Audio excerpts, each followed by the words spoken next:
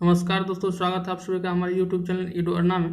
चलिए आज बात करते हैं हम एशिया कॉन्टिनेंट के बारे में, अर्थात एशिया महादेश के बारे में। सबसे पहले जानेंगे इसका सामान्य परिचय, यानी सामान्य परिचय हम ये देखेंगे कि यह विश्व का सबसे बड़ा महादेश है। एशिया महादेश जो है वो विश्व का सबसे बड़ा महादेश है।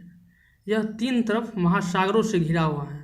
हमारा एशिया महादेश जो है वह तीन तरफ जो है महासागर से घिरा हुआ है। महासागर में हम बात करें तो पहले जो है यह उत्तर में आर्कटिक महासागर से घिरा हुआ है, फिर पूर्व में प्रशांत महासागर से घिरा हुआ है, फिर दक्षिण में अगर बात करें तो यह हिंद महासागर से घिरा हुआ है, और इस साइड में जो है आपको पश्चिम साइड में वह अफ्रीकी महादेश है। एशिया महादेश उत्तरी गोलार्ध में स्थित है। अगर हम बात करें ग्लोब पर बात करें तो ये अगर आपको ग्लोब है तो हम ये जानते हैं कि ये जो विषुवत रेखा या भूमध्य रेखा वो पृथ्वी को दो भागों में बांटता है, एक उत्तरी गोलार्ध में और दूसरा दक्षिणी गोलार्ध में। तो भारत की स्थिति जो है वह दक्षिणी गोलार्ध में स्थित है, उत्तरी गोलार्ध में इसकी स्थिति है। एशिया महादेश को काला सागर, कैस्पियन सागर, काला सागर और कैस्पियन सागर, ये दो सागर जो है इसको यूरोप महादेश से अलग करता है, और भूमध्य सागर और लाल सागर ये जो है भूमध्य सागर और लाल सागर यह अफ्रीकी महादेश से अलग करता है। भारत को अफ्रीकी महादेश से अलग करता है। अगर हम मैप पर बात करें तो आपको ये कैस्पियन सागर हो गया और ये काला सागर, यह भारत को यूरोप से अलग करता है। ये तुर्की भी हमारा एशिया महादेश का ही भाग है। यह जो है यहाँ पे काला सागर जो यूक्रेन सब जो यूरोप में आता है, यह यूरोप महादेश से एशिया महादेश को अलग करता है। और हम भूमध्य सागर की बात करें और लाल सागर को, तो यह अफ्रीकी महादेश को जो है एशिया महादेश से अलग करता है। एशिया और यूरोप को विभाजन करने में अगर बात करें तो यूराल पर्वत भी आता है। एशिया और यूरोप को अलग करने में यूराल पर्वत की भी आता है। तो हमने लिखा है यहाँ एशिया और यूरोप को यूराल पर्वत अलग करता है। चलिए अब हम बात करते हैं एशिया के विभाजन के बारे में।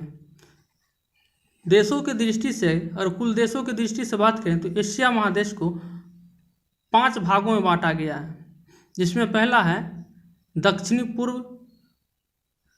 पूर्व एशिया, फिर है दक्षिणी पश्चिम एशिया, दक्षिणी एशिया, दक्षिणी पूर्व एशिया और मध्य एशिया।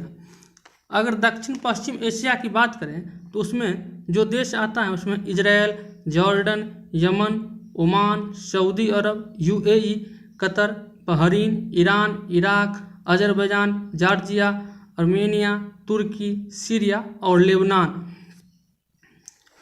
उसके बाद अगर हम बात करें दूसरा वर्ग में तो ये दक्षिण एशिया में बांटा है। दूसरा में जो है दक्षिण एशिया में बांटा है, जिसमें है श्रीलंका, भारत, नेपाल, पाकिस्तान, अफगानिस्तान, भूटान और बांग्लादेश।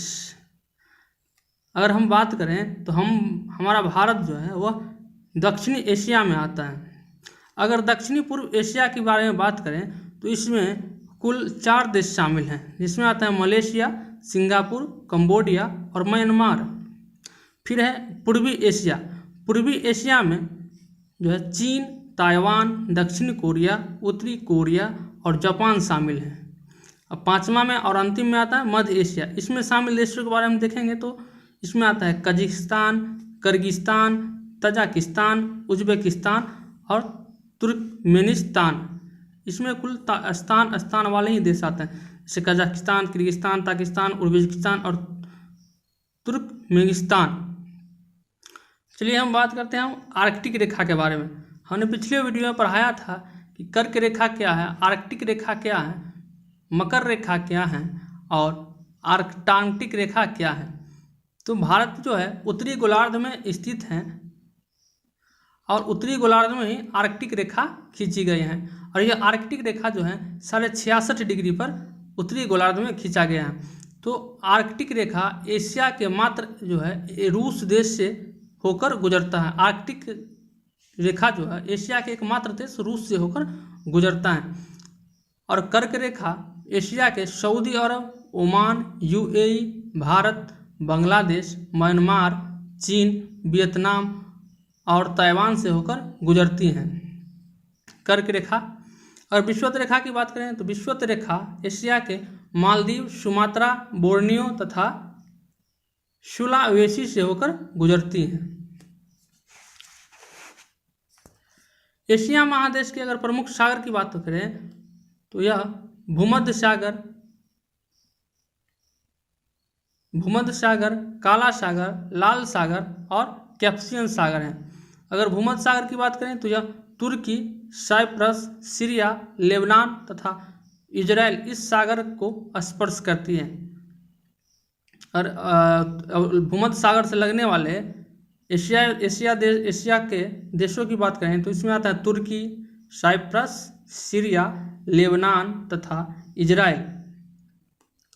फिर काला सागर की बात करें तो इसमें तुर्की, इस्तांबुल, रूस और जॉर्जिया इस सागरों को स्पर्श करता है। लाल सागर में देखें तो इसमें आता है गिनती इजराइल का, सऊदी अरब का तथा यमन इस सागर को स्पर्श करता है। और कैस्पियन सागर के बारे में बात करें तो इसमें रूस, अरबजान, ईरान तथा तुर्कमेनिस्तान, कजाकिस्तान इस सागर को स्पर्श करता है। चलिए बात करते हैं अब लैंडलॉक कंट्री के बारे में। एशिया में कितने लैंडलॉक कंट्री। लैंडलॉक कंट्री का मतलब होता है स्थल आवृत देश, यानी ऐसा देश जो चारों तरफ भूमि से घिरा हो और कोई भी भाग जो उसका जलीय क्षेत्र से न घिरा हो। तो हमने देखा कि लैंडलॉक कंट्री किसे कहते हैं। तो हम देखते हैं कि लैंडलॉक कंट्री में कौन कौन सा देश शामिल है। इसमें आ जाता है Kazakhstan, Uzbekistan, Afghanistan, Tajikistan, Kyrgyzstan, Mongolia, Turkmenistan, Laos, Nepal और भूटान। यह लैंडलॉक कंट्री है। और हमने बताया कि लैंडलॉक कंट्री जो चारों तरफ भूमि से घिरा है। अगर किसी एक लैंडलॉक कंट्री को मैप पर देखें तो हम देखेंगे कि वह चारों तरफ किसी न किसी देश से घिरा हुआ है। तो आइए चलिए देखते हैं मैप पर कि कौन सा देश लैंडलॉक कंट्री में है।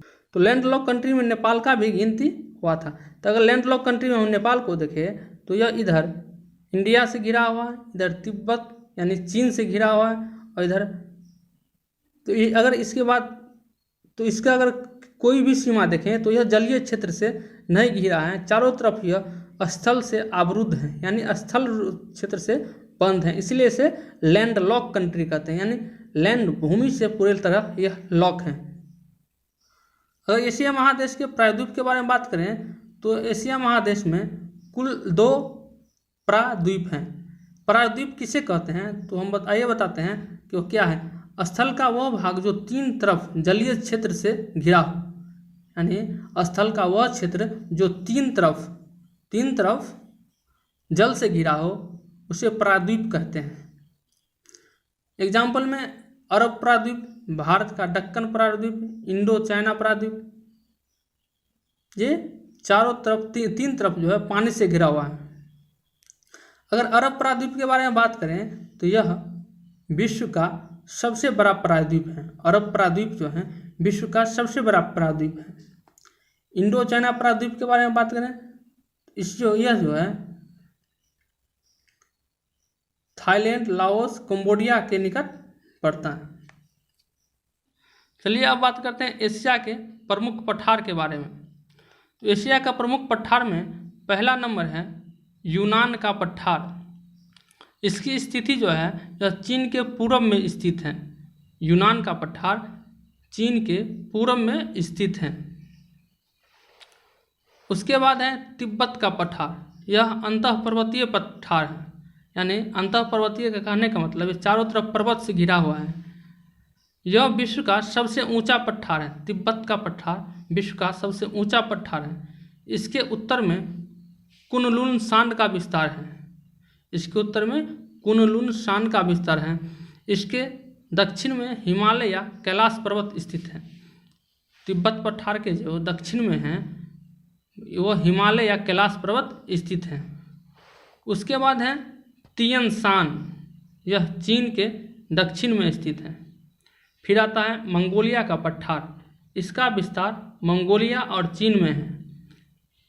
मंगोलिया का पठार जो है उसका विस्तार मंगोलिया और चीन में है।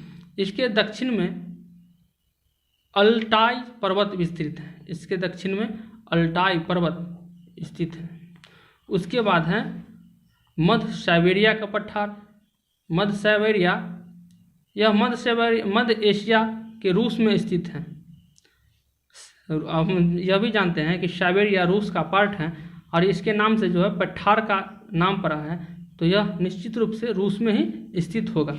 उसके बाद है, और यह सबसे महत्वपूर्ण है, पामेर का पठार। इसका विस्तार भारत, पाकिस्तान, अफगानिस्तान तथा चीन तक है। पामेर का पठार का विस्तार कहाँ कहाँ है? तो है भारत, फिर पाकिस्तान, अफगानिस्तान तथा चीन तक। यह क्षेत्रफल के आधार पर विश्व का सबसे बड़ा पठार है। पामेर का पठार क्षेत्रफल की दृष्टि से विश्व का सबसे बड़ा पठार है, इसलिए इसे एशिया का छत भी कहा जाता है। यह सबसे महत्वपूर्ण है। एशिया का छत किसे कहा जाता है? तो एशिया का छत जो है वह पामेर को पठार को कहा जाता है। और यह क्वेश्चन कई बार एग्जाम में पूछा गया है, एशिया का पठार किसे कहते हैं, या पामेर को किस महादेश का पठार छत कहा जाता है? तो हम कहेंगे एशिया का यह छत है। इसके बाद है पामेर का जो पठार अफगानिस्तान में पाया जाता है उसे हिंदू कुश पर्वत कहते हैं। पामेर का जो पठार है वो अफगानिस्तान में स्थित है, उसे हिंदू कुश पर्वत कहते हैं।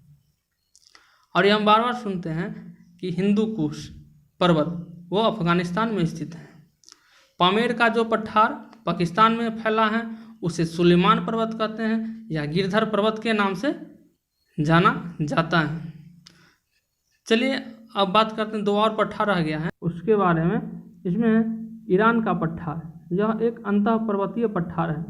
इसके उत्तर में एलबुर्ज पर्वत विस्तृत है। ईरान के पठार के उत्तर में एलबुर्ज पर्वत स्थित है। यह दक्षिण में जगरोज पर्वत स्थित है। इसके दक्षिण में जगरोज पर्वत स्थित है। उसके बाद है अंतिम में अंटोलिया का पठार। यह तुर्की में स्थित है, अतः यह भी अंतः पर्वतीय क्षेत्र है। यह पठार भी अंतः क्षेत्रीय पर्वतीय क्षेत्र है। इसके दक्षिण में